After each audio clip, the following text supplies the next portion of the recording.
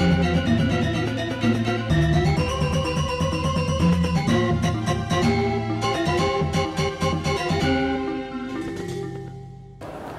Swastiastu, pemirsa Bali TV dimanapun Anda berada, kembali saya Nyoman Winata, redaktur pelaksana harian Bali Pos, menjumpai Anda dalam Bali Pos Talk. Kali ini saya kembali mewawancarai Guru Besar Ekonomi Bisnis Universitas Pendidikan Nasional Undiknas Denpasar, Prof. Debagus Rake Suwardana. Kita membicarakan tentang Bandara Bali Utara yang selalu muncul ya, entah jadi, tidak, dan segala macam. Belakangan ini ada semangat mau mewujudkan. Dan mungkin masyarakat semua sepertinya setuju, walaupun ada juga suara kritis. Dan kita coba akan mengulas ini dengan Prof. Rake Suwardana, seperti apa pandangan beliau terhadap rencana pembangunan Bandara Bali Utara ini. Kita sapa dulu narasumber kita, Om Swastiastu, Prof. Om Swastiastu. Ketemu lagi ya, Prof ya? Siap. Gimana, sehat ya, Prof ya? Sehat. Tetap semangat ya? Tetap semangat. Dengan ulasan-ulasan dan pandangan-pandangan kritis beliau sebagai Guru Besar Ekonomi Bisnis. Prof, kita bicara tentang Bandara Bali Utara. Ya, muncul, hilang, muncul lagi gitu ya, Prof ya. Tapi kalau ada rencana katanya mau direalisasikan gitu. Tapi kalau Prof melihatnya gimana sebenarnya, Prof? Bandara Bali Utara strategiskah, memang pentingkah, perlukah, atau seperti apa? Begini, ketika kita bicara bandara itu adalah salah satu mode atau boleh dikatakan alat untuk bagaimana orang itu berjalan mobile, perpindahan.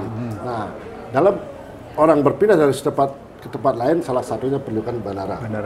Bali adalah tempat di mana orang destinasi wisata, sebagai daerah destinasi yang akan dikunjung oleh jutaan.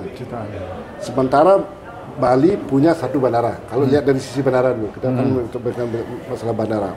Bandara di Bali, Ngurah Rai itu daya tampungnya 24 juta per tahun. Nah, sekarang sampai bulan November, catatan saya sekitar sudah hampir 86%. Nggak akan penuh. Nggak akan penuh. Kalau akhir tahun, kalau lancar-lancar masih ada slot sedikit lah gitu. Lihat dari sisi kapasitas dulu, secara teoritis. Sekitar 23,6 juta. Nah, lalu ada rencana dikembangkan lagi menjadi 32 juta tahun yang akan datang. Masih di bandara yang sama? Masih di bandara yang sama dengan runway yang sama. Dan itu rencana karena melihat pergerakan jumlah wisatawan yang datang. Nah, wacana Bandara Bali Utara ini kan sudah cukup lama. Betul. Cukup lama, dan ketika pemilu pasti muncul. Jadi dan muncul lagi ketika hanya jadi komoditas politik dan juga sebagai komoditas spekulasi. Apakah Bali Barat, Bali Timur, dan seterusnya. Tapi terlepas dari itu, kalau saya melihat untuk jangka panjang ya memang benar penting. Jangka panjang. Ketika sudah Bandara Ngurah Rai yang di selatan sudah tidak bisa menampung. Nah, tapi tentu perlu kajian yang sangat panjang dari sisi segala macam sisi, budaya, sosial, ekonomi, bukan hanya ekonomi semata-mata. Karena dampak dari pembangunan sebuah bandara pasti akan ada positif, jelas positif, ada negatif, pasti jelas negatif. Tapi kalau memang penuh di selatan, tentu juga harus kita pikirkan di utara itu. Tapi kapan? Nah, tentu memerlukan kajian. Lalu siapa yang akan melaksanakan? Kan itu. Saya lihat dari sisi positifnya dulu. Ketika Bandara Bali Selatan sudah overload, tentu memang harus ada bandara alternatif. Salah satunya Bandara Bali Utara. Apakah di timur atau barat itu silakan, ada kajiannya. Nah, dan setelah itu misalkan sudah dibangun, jangka panjang dia. Mungkin lagi 10 tahun yang akan datang dari sekarang. Tapi sudah dibangun dari sekarang, dan infrastruktur pendukungnya harus dipersiapkan dulu. Dan biasanya sambil jalan, sambil infrastruktur dijalankan. Karena pengalaman saya di kampung saya itu, di Mataram itu, dibangun Mandalika itu di awal-awal memang seperti itu. Lama-lama akhirnya sudah ada infrastruktur, sehingga bisa ke kota Mataramnya sejam. Nah, saya bayangkan juga demikian di Bandara Bali Utara. Kalau misalkan sudah jadi, dan itu memang karena overload di selatan, tidak bisa runway, tidak bisa ditambah, karena berbagai faktor pertimbangan, maka tentu harus ada di utara. Tapi kalau menurut pandangan Prof, apakah dalam waktu dekat ini, atau katakanlah sekarang, atau nantilah, karena Bandara Ngurah Rai sendiri kan masih cukup ya sebenarnya? Kalau sekarang mungkin jelas tidak. Saya bilang belum, karena masih kapasitasnya masih memungkinkan. Apalagi akan ditambah dengan menjadi 32 juta. kemampuan masih bisa Bali gitu ya. masih bisa. Kok lagi 5 tahun 10 tahun masih bisa. Nah, tapi tentu yang akan datang. Oke. Atau datang artinya sudah jadi wisatawan akan menjadi 40 juta, menjadi 50 juta misalkan. Atau kedatangan bukan wisatawan saja, perjalanan orang dari Bali, dari daerah timur, daerah barat, dari utara akan masuk ke Bali kan tentu harus lewat bandara. Dan di masa akan datang transportasi udara mungkin akan bisa menjadi lebih murah. Oke, kalau dampak negatifnya tadi kan Prof banyak menceritakan tentang positifnya. Yang negatifnya apa, Prof? Kira-kira kalau nanti dibangun di sana benar gitu? Ya tentu ada negatifnya dari sisi sosial, dari sisi budaya, akan ada perubahan culture shock. Karena bayangkan dulu biasanya mereka tidak pernah mendengar, ini yang secara sederhana dulu, ada datangan pesawat, lalu ke berikutnya akan ada pembebasan lahan yang cukup luas. Kalaupun meskipun itu di offshore, di tengah laut, tapi tetap juga akan ada diperlukan yang di darat kan. Dan bagaimana persiapan harus membebaskan banyak tempat untuk agar rasa aman pesawat itu datang dan lain sebagainya. Berikutnya juga dari sisi kesiapan mental orang-orang yang ada di sana untuk dipindah. Kan pasti dipindah kan. Lalu berikutnya siapa yang akan jadi karyawan di sana. Kalaupun ada hotel dibangun, siapa yang akan juga itu yang juga harus dipikirkan banyak. Iya. Tapi kalau misalnya kan ada yang mengatakan supaya ada keseimbangan nih, Bali Utara dan Bali Selatan. Bali Selatan kan sudah berkembang seperti itu salah satu yang positif. Tapi kalau dibangun di utara, apakah juga yang ini menular nanti? Nah, ya begini, karena kalau yang di utara itu memang agak di tengah-tengah, bisa ke Jemberana, lewat. Karena kalau tidak dibangun di sana kan pasti Banyuwangi kemungkinan juga bikin bandara yang sama kan. Kalau tidak jadi dibangun di Bali Utara, Banyuwangi, maka bisa saja turisnya akan datang di turun Banyuwangi. Kalau misalnya overload yang ada di Ngurah Rai. Duluan berarti Banyuwangi buat. Nah, bisa jadi ke sana. Karena kan jarak antara Singaraja dengan Banyuwangi kalau yang lancar aja kan tidak lebih dari 1 jam. Nyebrang lagi 1 jam 2 jam lah. Kan bisa seperti itu. Jadi tetap Prof mengatakan not now gitu ya. Jangan sekarang ya, Prof masih memerlukan waktu. Kenapa? Karena bandara di selatan masih cukup. sangat. Kalau bilang katakan jadi crowded tentu harus juga diatur manajemennya. Kan orang berkunjungnya yang penting, dia datang saja, lalu tentu akan ada penyebarannya inilah yang harus dilakukan yang sehingga tidak menumpuk di selatan. Wisatawan kenapa banyak di Badung? Karena memang mendekat. Dari dulu sudah fasilitasnya banyak di sana. Kenapa? Kalau misalkan di daerah timur, mungkin kalau ada investor yang mendahului, bisa jadi di timur. Kalau misalkan jadi PKB, Pusat Kebudayaan Bali bisa akan jadi di timur, kan gitu. Nah, sehingga kalau di timur ada keseimbangan, ada pembangunan di sana dan ada prospek di sana, pasti investor juga datang. Tapi ketika kita bicara investor juga harus hati-hati, jangan sampai orang Bali habis di tanahnya. Maka kalau saran saya, kalau bisa disewakan aja, jika dijual. Nanti suatu saat lagi 15 tahun, 20 tahun, 35 tahun kemudian jadi milik orang Bali. Nah, kalau dijual itu yang problemnya di kita ini. Ya, itu yang membahayakan ya, Prof. Itu yang membahayakan. Saya seringkali mengatakan bahwa jangan sampai dijual tanah kita karena nanti anak cucu kita yang akan tidak menikmati warisan-warisan kakeknya. Kalaupun disewakan kan tidak begitu jauh-jauh beda dengan dijual juga kan. Artinya harganya memang gitu ya, harganya memang lebih murah dari jual, tapi kan itu masih miliknya si pemilik awal kan itu. Kan banyak juga dilakukan itu di tempat lain, ada 25 juta. Misalnya BTDC itu kan 30 tahun.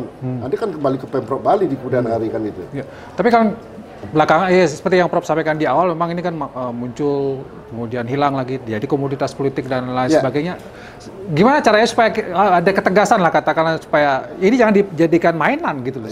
Siapa yang harus melakukan apa? Saya tidak mengatakan itu siapa yang memainkan itu kan itu.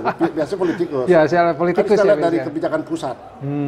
Kan kebijakan pusat apa yang sekarang pusat? Lalu kebijakan daerah. Tentu kalau misalkan Pak Gubernur mengatakan belum waktunya tahan, pasti belum kan gitu. Karena pasti izin karena ada datang dari Pemprov Bali kan. Kalau tidak oke dari Pemprov Bali kan tidak mungkin ada berlangsung kan. Itu harusnya wacana itu tidak lagi kalau ada yang mengatakan ingin menjadikan ya katakanlah Singapura kedua atau Hong Kong gitu ya. Ada juga yang menyebutkan Bali mau dijadikan seperti itu dan salah satunya di Bali Bandara Bali Utara ini. Kalau Prof gimana melihatnya? Jadi Hong Kong jadi Singapura gimana gitu? Begini maksudnya itu mungkin jangan lihat dari sisi negatifnya, manajemennya mungkin dari sisi kebersihan, dari sisi ketepatan waktu, dari sisi itu mungkin. Tapi kalau budayanya kan nggak mungkin kan. Kita kan punya kekhasan tersendiri yang tidak ada di tempat lain budaya Bali ini. Kalau mungkin seperti Singapura, mungkin kebersihan, dari sisi manajemen waktu, dan lain sebagainya. Itu kan penting juga kita tiru. Singapura siapa nggak bisa bersih seperti itu? Kenapa bisa seperti itu? Kenapa kita tidak? Nggak mungkin situnya. Itu kalau budayanya kan jelas nggak mungkin. Jadi tetap berbeda ya sebenarnya Prof antara Bali. Iya, Bali memang sangat berbeda dari tempat lain. Mungkin hanya beberapa daerah di Asia yang mirip-mirip, tapi adat Bali memang luar biasa. Prof, kalau tadi kita bicara tentang mesti dikaji gitu ya. Siapa yang harus melakukan kaji? Apakah pemerintah pusat, pemerintah daerah atau siapa? Atau tentu kalau bicara bendara pemerintah pusat. Pusat dan jaga bagi para investor kalau itu swasta. Karena hitung-hitungannya cukup tinggi juga. Kalau saya hitung-hitung itu 50 triliun loh. 50 triliun? Iya, 50 triliun kalau dengan segala macam fasilitasnya.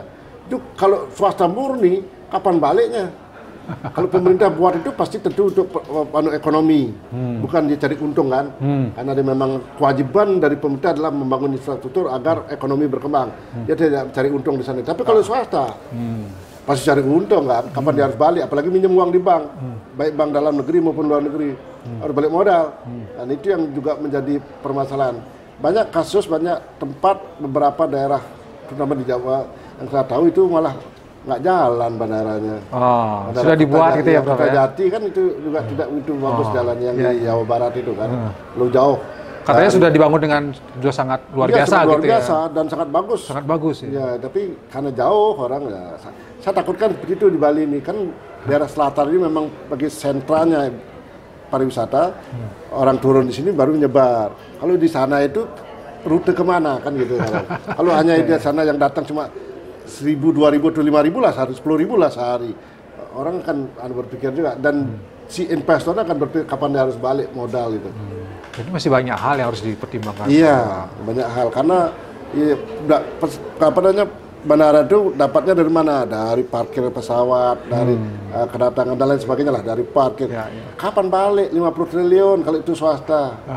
Belum lagi kalau udah dibangun ternyata nggak ada pesawat mau ke sana. Pesawat ada, kan itu jauh misalkan orang mau ke Denpasar jauh.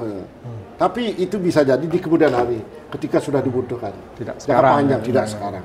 Harusnya sesuai dengan kebutuhan itu, Prof. Ya, Oke, ada closing statement dari Prof? Saya kira begini, ketika kita bicara bandara, tentu kita bicara tentang bagaimana fasilitas harus ada pada saat dibutuhkan. Dan sekarang belum tampaknya dan perlu pemikiran yang panjang, perlu kajian. Dan kajian itu dulu harus dilakukan oleh pihak-pihak yang berkompeten, pemerintah pusat dan pemerintah daerah, dan tentu juga para akademisi yang memang menekuni hal itu. Dan kita berharap bahwa Bali ini akan menjadi daerah wisata yang bersih, yang menarik, yang banyak didatangi, dan tentu rasa nyaman dan aman tetap terjaga. Demikian. Baik, terima kasih Prof. Raka Surana atas waktunya dan penjelasannya tentang yang membuka lah wawasan kita ya tentang bagaimana penting tidak penting atau sudah waktunya kah sebenarnya Bandara Bali Utara ini untuk dibangun. Perlu banyak kajian. Mungkin belum saatnya sekarang, tapi mungkin masa yang akan datang karena bandara di Ngurah Rai sendiri sebenarnya masih bisa dikembangkan. Tinggal bagaimana membangun infrastruktur supaya tidak terjadi kemacetan. Itu yang penting mungkin harus dilakukan. Demikian Bali Pos Talk kali ini saya ucapkan terima kasih atas perhatiannya. Saya tutup dengan Prof. Santi. Om Santi. Terima kasih, sampai jumpa.